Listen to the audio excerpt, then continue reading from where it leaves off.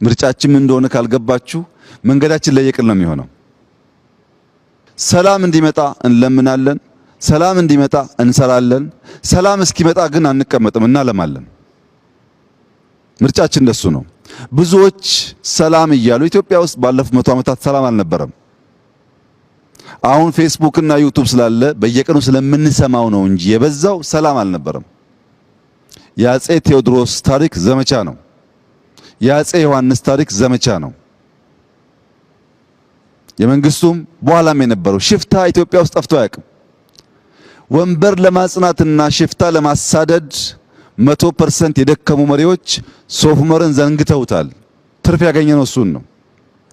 ሽፍታ ባህል ስለሆነ እያጠፋ ነው። በአንድ እጃችን እናለማለን ካላልን በቀር ራሱም እንመኘውን ሰላም አናመጣም፣ አናጸናም። ሰላም ከልማት ውጭ አይጸናም።